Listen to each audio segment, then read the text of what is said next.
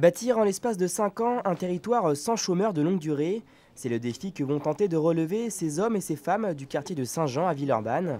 La localité a été choisie parmi 10 autres territoires français pour tenter l'expérience. Suite à une loi votée cette année, un fonds a été débloqué pour financer partiellement l'embauche en CDI de personnes sans emploi depuis plus d'1 an. Potentiellement sur Saint-Jean, nous pensons que ce projet va concerner entre 200 et 300-350 personnes, puisque 190 personnes environ sont inscrites à Pôle emploi et privées d'emploi depuis plus d'1 an. Et nous pensons qu'au moins autant de personnes ne sont pas inscrites mais sont aussi privées d'emploi. Et mettre en avant aussi ses qualités pour ne pas avoir forcément le mauvais côté de son travail. Depuis avril, ils sont ici plusieurs à s'être mobilisés. Le projet s'affine de plus en plus pour qu'en 2017, une entreprise se structure et emploie donc les volontaires selon leurs compétences et en contrat à temps choisi. La tolérance. Mon travail, c'est cariste, magasinier normalement, mais je peux faire de tout, quoi. Et j'aimerais bien avoir un boulot, aide aux personnes âgées. Je fais tout ça pour avoir du boulot parce que je ne suis pas feignant, j'aimerais bien avoir du boulot. Et parce qu'on ne peut pas vivre avec juste le chômage, quoi. J'ai mon agrément d'assistante maternelle, je peux aussi faire de l'administration. Enfin, on va voir par rapport à ce qu'on nous propose comme emploi et ce qu'on me propose et ce que je peux faire éventuellement au sein de l'entreprise ou plusieurs entreprises, quoi. Pour l'heure, ces Villeurbanais se réunissent en atelier pour définir ensemble les valeurs et les manières de collaborer de leur future entreprise. On travaille sur tout ce qui est lié à l'accueil des personnes. Une entreprise qui, précisons-le, est aidée par un fonds, mais qui va bien générer du chiffre d'affaires par la vente de services correspondant à des besoins non couverts localement.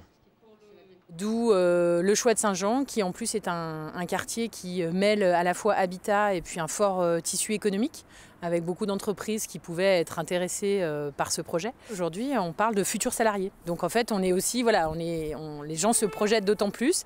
Et puis après, par contre, maintenant, on a encore beaucoup de travail parce que la candidature, c'est la première étape et que maintenant, il va falloir que le projet se mette en œuvre.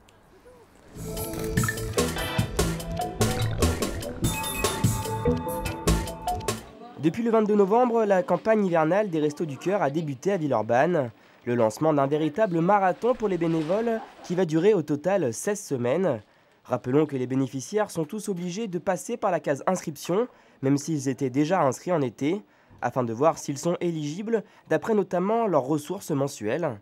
Par rapport à l'été, le nombre de familles inscrites double littéralement, passant d'environ 400 à plus de 800 au plus fort du pic hivernal. Si en été, donc, on a une soixantaine de bénévoles, on a en hiver donc 120 à 130 bénévoles pour couvrir toute l'activité et donc pouvoir ouvrir d'une façon correcte vis-à-vis donc des bénéficiaires. Et comme l'hiver est synonyme de fête de fin d'année, une organisation parallèle se met en place pour les bénévoles afin de gérer les dons de particuliers et d'entreprises.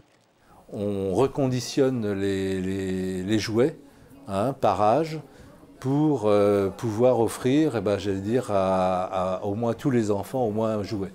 Heureusement, pour faire face à cette hausse d'activité hivernale, les restos peuvent compter sur l'engagement de leurs bénévoles historiques, comme André, investi ici depuis 4 ans, mais aussi de nouveaux membres comme Christiane, arrivée fraîchement au mois de novembre et qui vient tous les mardis pour distribuer fruits, légumes ou encore conserves. Enfin, je trouve que c'est normal. Je fais partie, on va dire, des privilégiés, donc j'estime que je dois faire participer, donner aux autres ce que moi j'ai eu et de leur donner d'une façon autre, et de leur donner de mon temps et de ma personne et de mon sourire aussi. Dans le local des bébés, nous faisons la rencontre de Gisèle qui distribue, elle, des couches et petits pots aux parents d'enfants allant de 0 à 18 mois. Je pense que c'est nécessaire parce que si on ne donne pas de lait, il y a des familles qui ne peuvent pas nourrir leur bébé. Donc le lait est distribué pour les tout petits toutes les semaines. Et quand on est en période de fermeture, c'est vrai que ça pose un réel problème pour les enfants, pour les parents surtout. Pour Jafar, c'est encore tout autre chose. D'origine algérienne, il est arrivé ici il y a 1 an et a trouvé un moyen de se rendre utile à sa façon. Je parle déjà kabyle, arabe, français, anglais. Alors ça me permet de faire l'interprète entre les bénéficiaires et l'administration au niveau des papiers. Et ça permet d'aider beaucoup. Si comme Jafar, Gisèle et les autres vous souhaitez devenir bénévole, ils vous accueilleront ici à bras ouverts, tout comme les bénéficiaires. Ça se passe au 25 de la rue Hippolyte-Kahn à Villeurbanne. A noter dans vos agendas les ateliers de l'égalité à la fin du mois de janvier. Prédétermination genrée des métiers, écart de salaire, temps consacré aux travaux ménagers ou aux enfants. Plusieurs thématiques seront abordées. Premier atelier éducation le 21 janvier, puis ce sera ville et espace public le 24. Enfin, atelier sport le 31 janvier.